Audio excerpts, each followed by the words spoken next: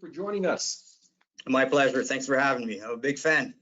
Absolutely. Well, Johnson, I don't want you to feel a lot of pressure, but our audience, they're looking for stocks which have that 10x to 100x upside. So we need you to tell us what's happening with Peak, introduce us to the story, and help investors understand this is going to be our next 10 bagger. So with that said, what is Peak all about? What exactly do you do?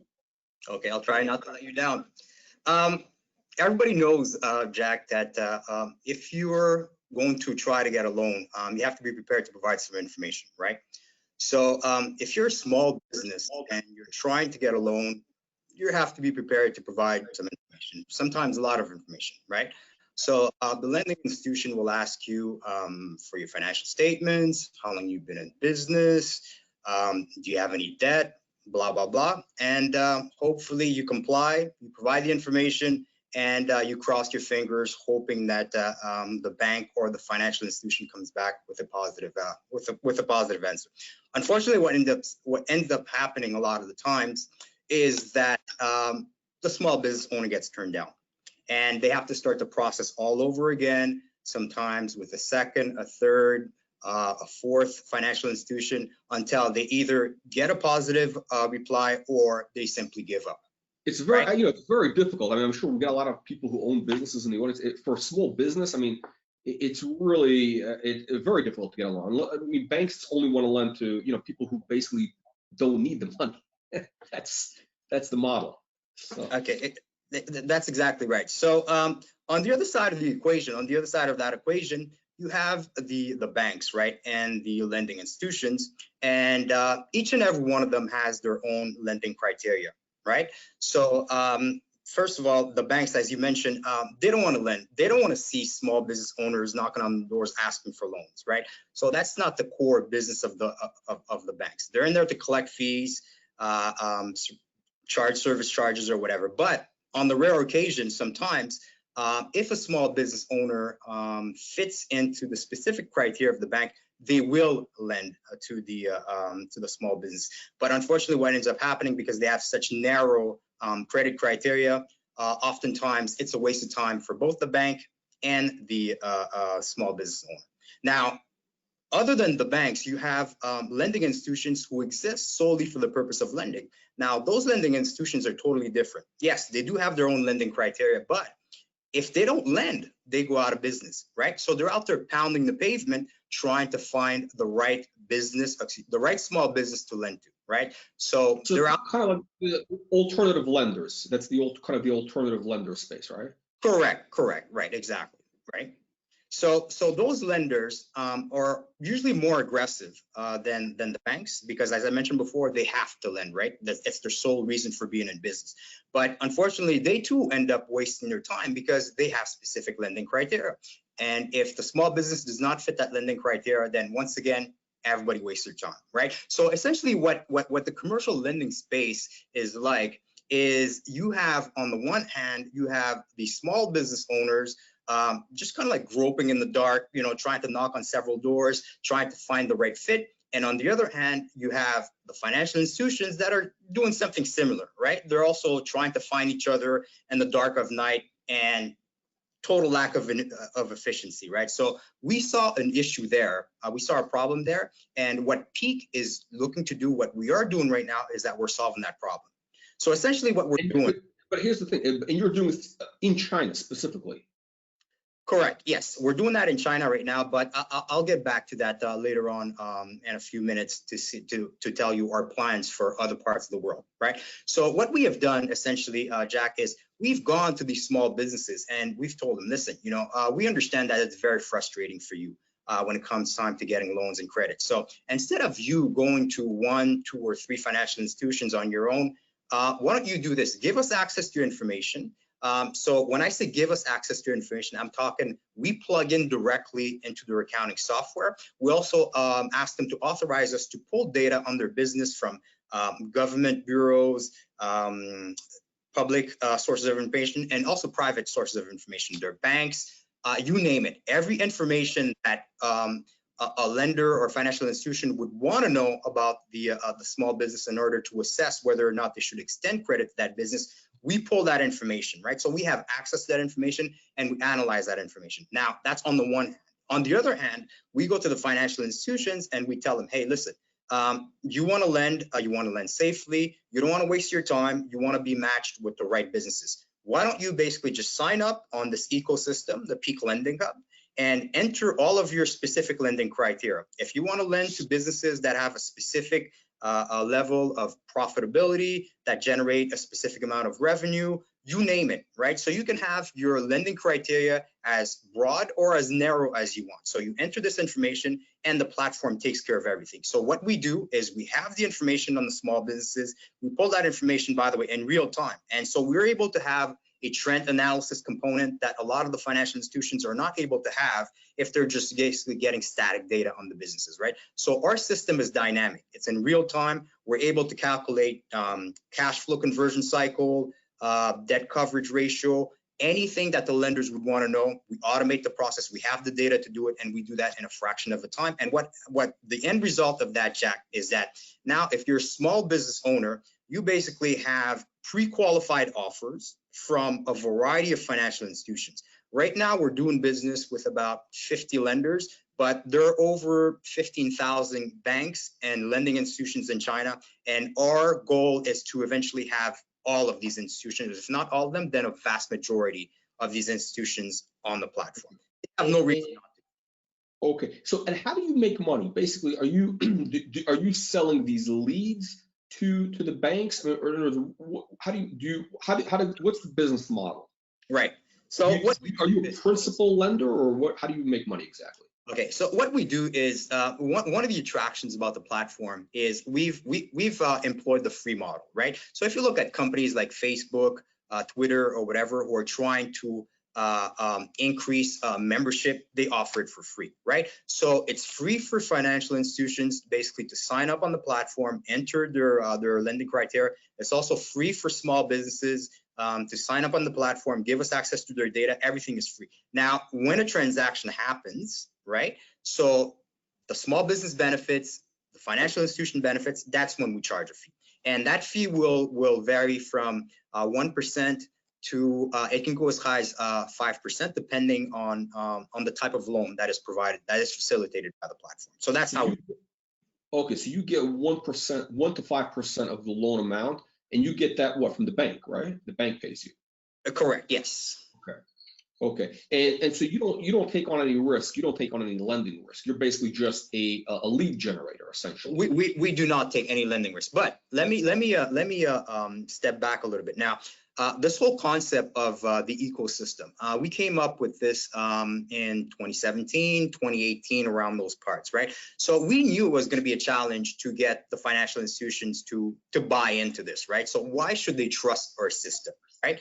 So we had no transactions, no proof of any kind to give them to say, hey, the system works, right? So what we did is in 2018, we created our own financial institution, right? So we put our money where our mouth was, right? So we created our own financial institution and we began lending our own money using the system.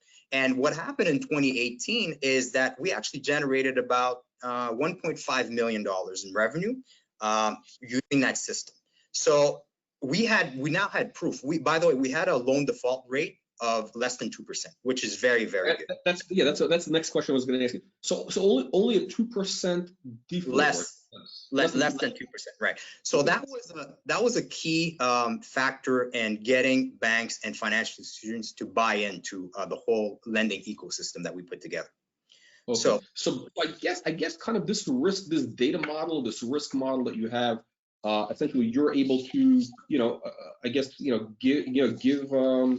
give lenders, give banks, some pretty decent customers. I mean, if they're, with a 2%, with a default rate of 2% or less, what kind of rates are these banks charging for these small to medium businesses? And what's the typical loan size?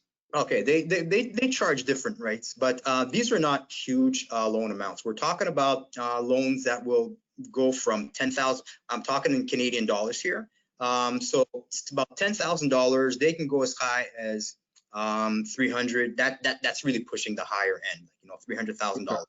And the loans are typically for shorter periods of time. We're talking 3 to 9 months typically. Sometimes they will extend to about 18 months. So there's a significant turnover and the volume of loans that we facilitate through the platform. Okay. So, and what's the typical rate, the interest rate that the banks are? Because these are small and micro businesses, the rates will go from 12 to sometimes 17%. Okay, so I mean that's actually pretty reasonable for, you know, for that space. I mean, there's, yeah, I know in the U.S. there's some companies that are, you know, like CIT, I believe. I saw they were, I mean, their rates are like 20 something percent. I mean, it's, Oh, no, yeah, that's they have some that's crazy rates. I mean, there's some crazy rates out there. So, but yeah, so basically, if you're getting, so you can collect roughly 1% to 5% as your commission. So on a, what's a typical loan size? Like, I know you said 10. okay.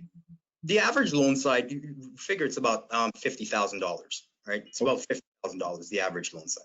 So you're making like 500 to 2,500 bucks for that lead essentially. Correct, roughly. Speaking of leads, though, let me continue a little bit on the model, right? So we went out there and we generated our own revenue in 2018. Like I said, we had about 1.5 million in revenue, but more importantly, we had data and we had the tools that we needed to convince other financial institutions to jump on board, right? So in 2019, that was, by the way, that was just in one city in 2018, in the city of Wuxi, right? So in 2019, we went with our data, our statistics, and everything else with the platform, and we started approaching some financial institutions. And with the data, we showed them how the platform worked and the statistics related to the platform, and we're able to convince a few lenders to jump on board. And these are not just banks, by the way. There are a few banks, but mostly, for the most part, they were lending institutions that are fairly aggressive in terms of their loan practices, right? So in 2019, we got a few lenders to jump on board, and our revenue went from 1.5 million to about 11.5 million. So that was a significant jump for us. And we were able to expand from just being in the city of Wuxi in 2018. We expanded our services to the city of Jiangyin in 2019. Specifically, there was a lot of demand for our services in the supply chain, right? So the province of Jiangsu is considered in China to be, I guess, like the manufacturing province of all of China. There are a lot of small factories out there, and those factories needed financing to replenish their supplies. They also wanted to extend credit to some of their clients. So the supply chain model really caught on in Jiangyin in 2019, and that helped us generate about 11.5 million in revenue in 2019. Now, Johnson, okay, let me ask you, when you say the revenues, how do you, what's recognized as revenues? Is it that 1%? Is it like what's considered revenues? How is that? What is that based on?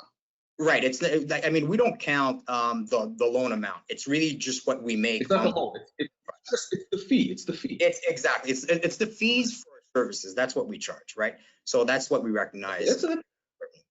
Basically, so you're doing roughly.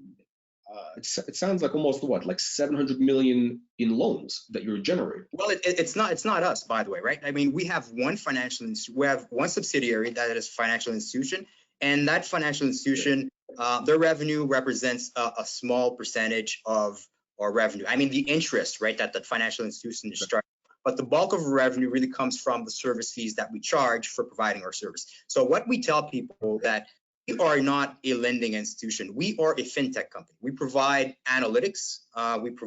Yes, we do bring leads to clients, but we are a software analytics company, and the fees that we charge for those services is primarily what we recognize as revenue. Okay, yeah, that's what I was at. So basically, so in order to generate 11 million in fees, you must have done like 700 million, $1 billion in loans that were generated from your leads. Yeah, from that, roughly, okay. Yes. Yeah. Okay. So How is the market right now in China? Like right now, you had this, the coronavirus thing happening. Like what's are companies, are they able to get loans? Like what's the lending landscape like? What's the competition like for what you're doing? Okay. The landscape is the following. I mean, a lot of business. China has. I know we live in an era of internet. Everything is done online. That's all fine and good, but in China, there's still a lot of face-to-face business that is conducted, right? So that will basically take us to the growth aspect of our business, right? So we did this in 2019, right? We generated, we were in 2 cities in 2019. Well, we started doing a little bit of business in Xi'an, but very little. So essentially, we're in 2 cities in 2019, and we wanted to expand our services to different cities and to ramp up the number of businesses and lenders that we can get on the platform, right? So how do we do that? We basically didn't want to continue having 1,000 sales reps. We don't have 1,000 sales reps, but we didn't want to have the model where we would have to employ 1,000 sales reps, pounding the pavement and trying to recruit people, right? So we made a deal with a company called Jinshaar, and Jinshaar is a loan brokerage platform, right? So it's just like our Lending Hub platform. It is a platform, but what they did is they were specifically designed for loan brokers. And let me explain that, right? So in China, if you are a small business owner and that if you go on your own and you knock on the door of a bank, chances are you're going to get turned down, right? And you don't know where to go. So the small businesses turn to loan brokers. The loan brokers play a vital part in the commercial lending space in China, right? So what these loan brokers do is they do the legwork, right? So they go and they knock on the doors of the small business owners and say, hey, do you need a loan? We can help you get a loan. And they're very, very aggressive, right? So the Jinshaar platform, what Jinshaar did was Jinshaar knows that the loan brokers typically have relationships with 1, 2, sometimes 3 banks or lending institutions. So they themselves are limited in terms of what they can offer to their clients, right? So Jinshaar went out and they created this platform. So they went to the loan brokerage companies and they said, hey, you know what? When you get a loan, when you get a lead, instead of basically just submitting that lead to your 3 lending partners and risking that lead going to waste, because what happens is that if the lead does not fit the lending criteria of the 3 lending partners for that particular broker, then it's a wasted lead, right? So the brokers themselves were wasting time and leads by only doing business with 3 lending partners. So Jinshaar said, okay, you know what? We have over 100 financial institutions that are part of this platform that we have. Actually, I think it was a little bit, yeah, it was close to about 100 institutions that they had at the time, right? So they went to these loan brokers platform partners and they said, hey, you know what? Whenever you get a lead, instead of basically just submitting that lead to your 3 partners, submit it through the Jinshaar platform. And we're going to analyze this lead and we're going to try to match it with multiple lending partners, right? And then this will give you a much greater chance of not wasting that lead and earning commission. So Jinshaar, by the end of 2018, they had over 40,000 loan brokers utilizing this platform, right? So they were generating tons of leads, Jack. But the problem that they had is that they didn't have the back-end analytics engine to properly match these leads to the lenders, right? So the leads were still being wasted. When we saw this, we saw an opportunity. We said, hey, you know what? If we take Jinshaar, we implement Jinshaar into the Cubular Lending Hub, given the fact that we have the analytics back-end to properly match these leads, we're going to automatically increase the rate of matching of these leads. So we acquired Jinshaar at the end of 2019, and this year in April, we completed the integration of the Jinshaar platform into the Cubular Lending Hub. So now we have potentially 40,000 brokers, right, that are submitting leads. All these leads are being fed through the Cubular Lending Hub, and this is how we believe that we can go from 11.5 million in revenue in 2019 to about 40 million in revenue in 2020. This is That's what we're forecasting. Okay, so for this year, so your forecast, so for this year, this is 2020. We're already in the fourth quarter coming in. You're going to do 40 million revenues because of this acquisition. Correct. Like, I mean, this is part of our expansion plan, because remember, our product, okay, is a proven product. There's demand for it. We've established the demand for the product in Wuxi and Jiangyin and Xi'an. Now we want to attack some major centers. We want to be in Shanghai and Beijing, Nanjing, different cities, larger markets. And we are looking for Jinsha basically to be the catalyst to help us grow that business. But Jinsha has got relationships. I'm sorry. Okay, you did 7 million and change in the last quarter, just in the last quarter, right? Okay, so it's it's a pretty significant operation. So what's you recently raised some money, like, so what's the fully diluted, how many shares are outstanding? Like what's the at this point, what's the market cap? On a fully diluted basis, we have a little over 100 million shares issued and outstanding, I would say. Okay.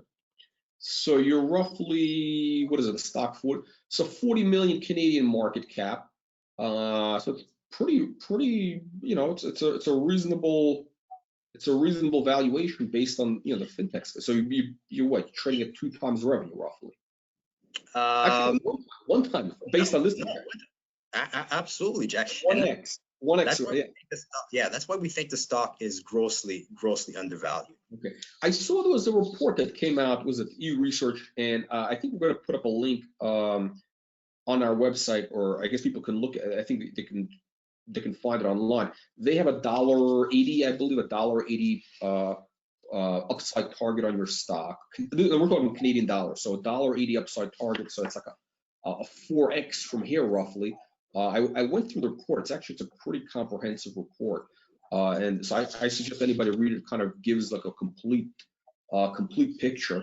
So we're gonna, you know, we're running a little bit behind, Johnson. We've got about maybe about 5-6 minutes. I want to open up for Q&A.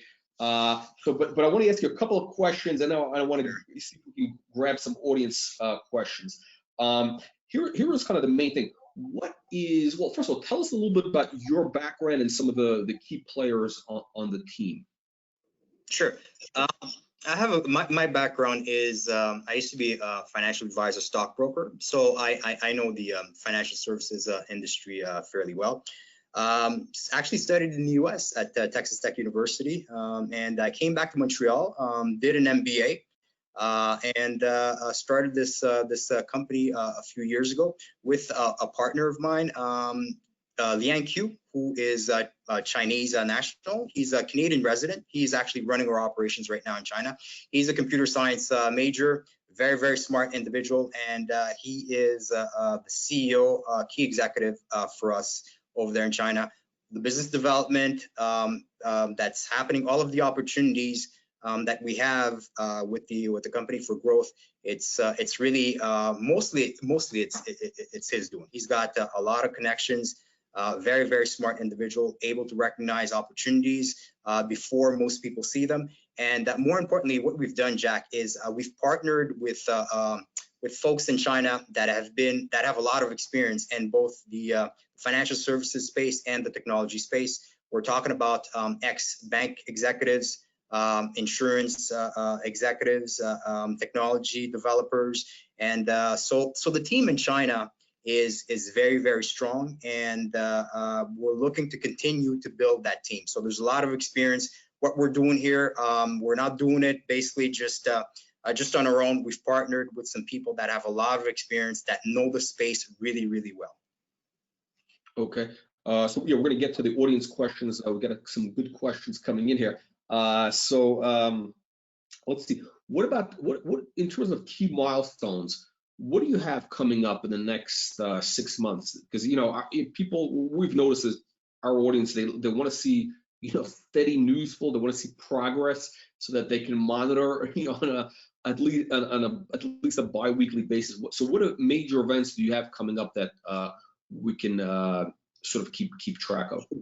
Absolutely, sir. One thing to keep an eye on is obviously the expansion of the services to various cities, right? So again, we're in 3 cities in 2019, and our objective is to be in roughly about 20 cities by the end of 2020. So number one is the expansion. 20 cities. 20 cities, yes, by the end of this year. So you're basically in two. So you're essentially you're going to go 10x in terms of size. Correct. Okay. So is it? I mean, you know, I don't want to put words in your mouth, but is that saying like if you're doing, you know, what is it? Roughly 40 million now. Are you going to be doing 400 million in revenue? I mean, like, because basically that's what you're essentially. Is that does it scale up like that, or how does it work? The expansion that I mentioned, Jack, is factored into the 40 million forecast for this year, right? So the 40 million forecast for this year assumes that we will have expanded our services to different cities, which we've started doing already this year. So we're currently, and we're almost halfway there right now as we speak. I know there's less than half the year left, but we have plans basically to get there. I'm not concerned about that. Now, the second thing that people need to look out for is not just the geographic expansion of our services, but the vertical, the different verticals that we will expand. And what I mean by that is the ecosystem that we've built so far, Jack, has been built completely with brick and mortar businesses, right? So these are businesses that have, existing storefronts in the real world, and they sell products and services. So I mentioned factories in the city of Jiangyin. We have retailers, distributors, restaurants, and so on and so forth, right? All of these things are happening in the real world. We are looking at an opportunity right now to venture into the online world. Okay, when I'm talking online, I'm talking e-commerce stores. Obviously, everybody's familiar with Amazon, Alibaba, right? So in China, the three largest portals, e-commerce portals, are Tmall, which is owned by Alibaba. You have Jingdong, JD.com, and then you have Pinduoduo, right? So those are the three largest portals in China. And between the three of them, we're talking millions of online retailers, like millions, right? So we have an opportunity right now that we're looking at to get into that space. Now, can you imagine if we start to offer financing, loan capabilities to these online stores? And again, what people need to keep in mind is data, Jack. That's the important thing. We are a software analytics company. We're gaining access to businesses' data, and that data has tremendous value. Not only are we able to match lenders with the right businesses, but there's so much more we're going to be able to do. So it's interesting. So if you start going after these, the e-commerce side, then you can kind of, the data that you have is you can see what kind of traffic they get to their store, what all is, and obviously the credit card receipts, all that stuff, so you could get better, I guess better lending data. So we're gonna wrap up in 5 minutes here. So I want to ask. Okay, so we'll go to audience questions. I'm not gonna have time to. So Michael is asking, what's the percentage prediction for delinquency this year? I guess he's worried maybe about the coronavirus. Okay, situation. Yeah, the loan. Okay, what's yes. The default rate going to be?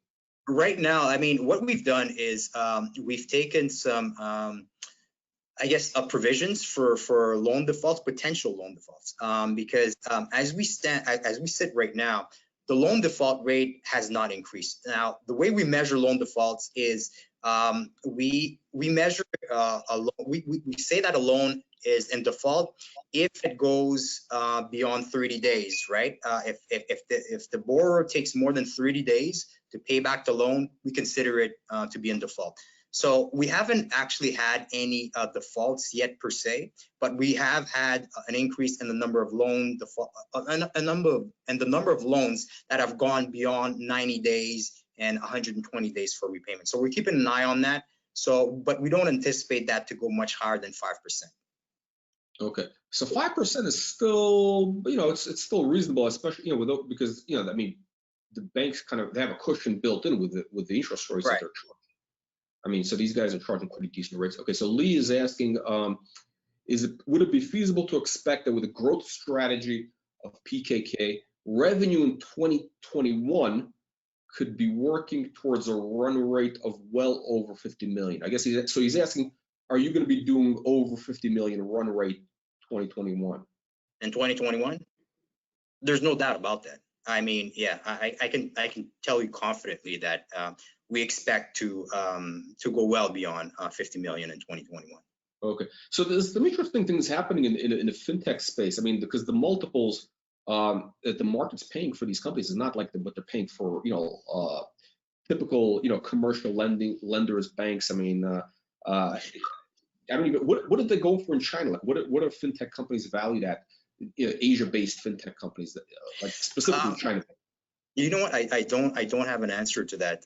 But what I keep telling people, though, Jack, is that yes, we're operating in the fintech space, but I keep going back to what we are at the core. We are an analytics company, software analytics company. That's our core business, right? So everything that all of the services that we provide are based on data. The data that we accumulate, the data that we aggregate, the data that we analyze, right? So that's how we want to be valued. We don't want to be valued as a financial institution. We don't want to be valued as a lender, or maybe even as a fintech to some extent, right? We want to be valued as a software analytics company, analytics AI company. Okay. Okay, so we're going to ask two questions, and we're going to wrap up. We're going to catch up with you probably next week. We're going to do a follow-up. We'll have more time. We'll go to like a full presentation. So we got a couple of people asking about further geographic expansion. You did mention something going outside of China. So we got a couple of people asking, what other countries are you going into? You see, that's the beauty about what we're doing, Jack. I mean, this model can be replicated virtually anywhere, right? So we're proving ourselves right now in China. We have plans to eventually expand to other Asian countries, and potentially, given the right circumstances, we could potentially bring this to North America, to Europe, and other parts of the world easily. Okay, interesting, because definitely if you can succeed in China, the lending side, I mean that's a very challenging environment, so that's definitely it's a positive. Okay, so Johnson, I'm going to ask you, the question we always ask at the end of these interviews, our favorite question here is, in your opinion, what are the top three reasons? So top three reasons why investors should consider investing in Peak. Oh, okay. That's tough. I have more than three, but I'll try to stick to just three right now. Number one thing, Jack, is I think people need to understand that this is not a startup. We're not developing a product that we're hoping to be able to sell, right? So there's proven demand. That's the number one thing, right? There's proven demand for a product. We went from 1.5 million in revenue to 11.5 in 2019, and we're forecasting 40 million, right? So that's the number one thing, proven demand for the product. The second thing is just the team that we've managed to put together.